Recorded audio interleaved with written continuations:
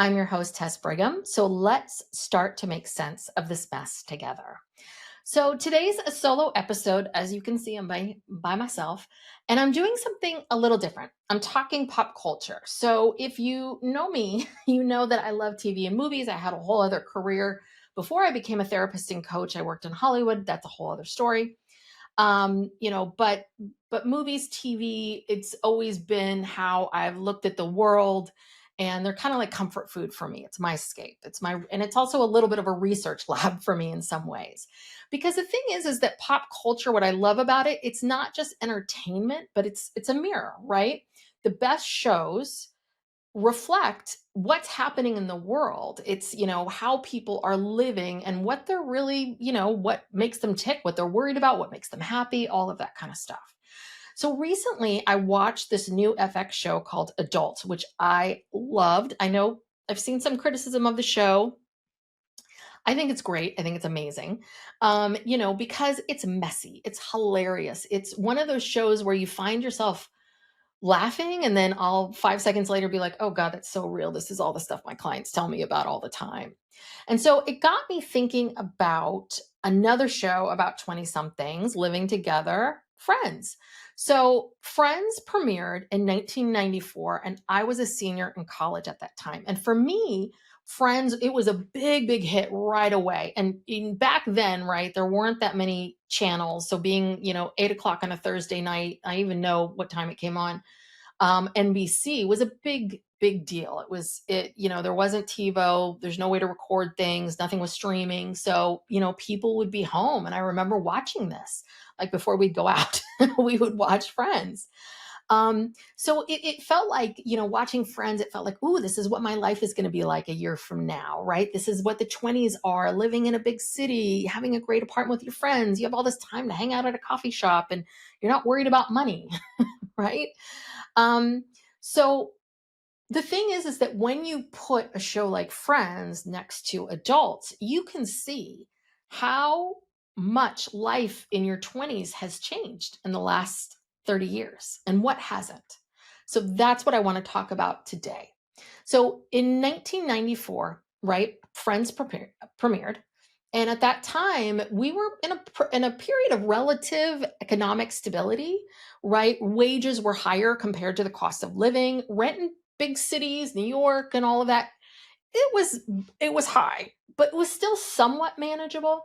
My first job out of college, I mean, I literally made no money, and I had an apartment in San Francisco. Now, again, it was in a really bad neighborhood. Nothing ever happened to me though. It was in a bad neighborhood, and um, you know, but it was great. I could work at this job that really didn't pay that much, but it was what I wanted to do and live. And so the other thing too is at that time, if, having a college degree really meant something, it meant that you had a shot at a decent job. Student debt existed, but it really did not hang over people's heads. I never heard anyone talking about their student debt. The friends of mine that I went to college with way back a million years ago, that I know took out loans. Even for them, for them, school, this debt that they took on while in college wasn't life-changing. I mean, they all own homes now. They're all, in a good place. So rent was, there was some student debt. Rent could be high in the big cities, but it was all manageable. Some people had healthcare, some people didn't. But if you had like a full-time salary job, the chances are you had benefits. People weren't hiring people on these contractor levels. In certain industries they would, but for the most part they didn't. And then here's a big one: technology, right? The internet was brand new at that time. Like only a few people had it. And I don't even think I knew much about the internet when I was in college. Social media didn't exist. So you weren't comparing your whole life to thousands of strangers online all the time. Your frame of reference for success really was the people in your orbit, maybe a couple celebrities and magazines.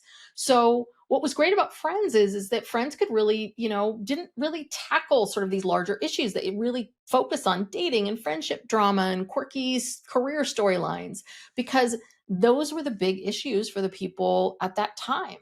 So now let's cut to 2025 and Adults. So Adults is about 5 friends: Samir, Billy, Issa, Anton and Paul Baker, living in Samir's childhood home in Queens, New York, while his parents are away. And it sounds like the parents, maybe just once he graduated from college, they both left town and they're on some sort of trip across the country or the world. So they're all living in this suburban house in Queens. And why? I'm sure they would like to be in Manhattan, but that's what's affordable. And even in some of the episodes, they're already tackling things. In the very first episode, in the very first scene, we see this, they are on the subway and they see this man, masturbating in public. And that's something that, is very provocative and different. And while they are horrified by what this person is doing, they're showing it in a completely different way. And in some ways, the characters are kind of half watching it and half commenting on what's going on. In many ways, sort of this weird world that we live in today, where we're all kind of watching each other's feeds and watching what's going on with other people, and this real kind of like, oh God, I'm looking at this thing. Should I be watching this way? I don't, when you think about social media, a lot of it is that sort of peeking into people's lives sometimes, where should I be watching this? In the second episode, we see a whole thing about Billy. She loses her job, and so she has no health insurance, and she gets strapped with this big, hospital bill that she can't pay. So these are the realities for young adults right now. You're not just worried about your job title or whether your boss likes you. There are these real concerns, like, can one medical emergency sink you financially, and what's that burden? The other thing about adults is there's much more of an awareness about privilege and the color of your skin and how the world sees you and gender identity and sexuality, right? And how all of those things affect your daily life. In Friends, they really did not tackle race or sexuality at all. It was very much invisible. Everyone was white. Everyone was heterosexual. It it definitely did not have much of a variety. I say the best way of saying that. And so in adults, though, sexuality and who you are and all of that, it's woven into every single part of their lives because it's very much part of where we are in this country. So what are some of the universal things? Because there are universal things that have not changed in the last 30 years about being young, which is this. Everyone, when you're young, you're starting out, you don't know who you are, you don't know what you want. So you don't know what's going on. You feel unsure about things. You don't know, do I go, zig? Do I zag? What's happening? That is very universal for friends and adults. Same with the comparison. The comparisonitis that people feel, right? At Friends, it was comparing yourself to your friends in this immediate space. In adults, it's comparing yourself, but it's to the entire world. And then the other part of it is, this idea of wanting to be seen and respected by older people, and, kind of feeling like I'm not being heard or I'm being talked down to. That shows up in both shows. So, we see these themes in Friends, like Chandler, Chandler hates his job the entire time. People don't even know what it is that he does. We see Rachel leaving, her leaving on her wedding day, ditching her fiance at the altar, but has no plan with her life. I mean, these are sort of these universal things. So in adults, they have those same themes, but the themes just feel a little bit like the stakes are a little bit higher, or that the show itself is allowing the stakes to be higher, and it's allowing the audience to see how the stakes are higher. So what's changed, right? That's what's the same. What's changed is that, in 1994, housing was relatively affordable. Many jobs came with benefits. College debt was manageable, and the economy felt stable. And if you compare that to where we are now, right? Housing costs are insane, and they're just going to keep going up, and it's going to get, we have a real housing problem. Young people are living with their parents until their late 20s, maybe early 30s. That's very normal. There's much more contract work.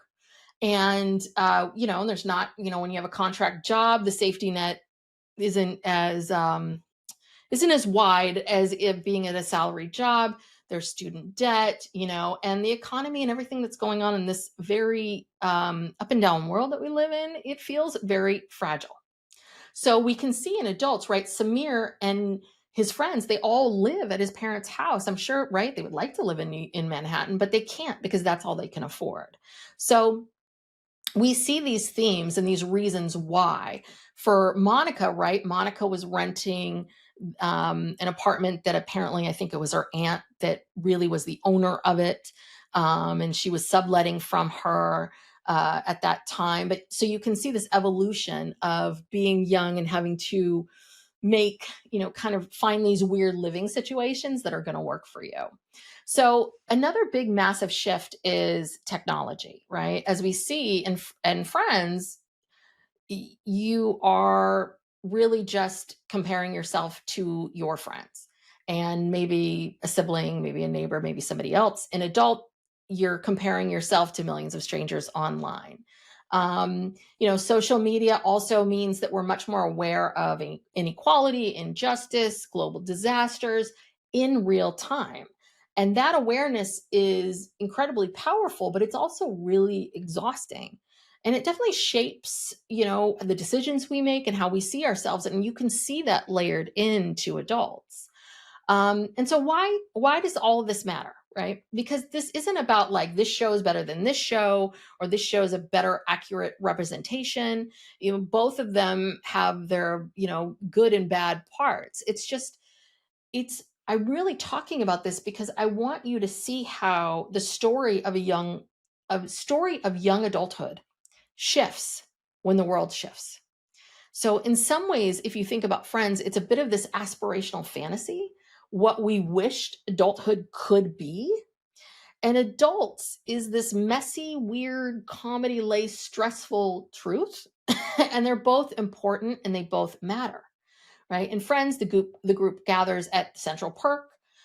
In adults, they're crowded around Samir's parents' dining room table, trying to figure out how to pay a medical bill, right? Different backdrops, but same need for friendships, connection, help, understanding, having someone that you can go through this time with.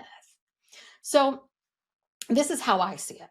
Friends shows what life could look like when the external pressures are lighter in your life. Adults show how friendships, what they can look like, and how identity can evolve when the pressures are heavier and more complex. So, Gen Z can really take something from Friends in a lot of ways. Not the fantasy apartments, I know, but the optimism, that belief that things could work out, that you will get to where you want to be.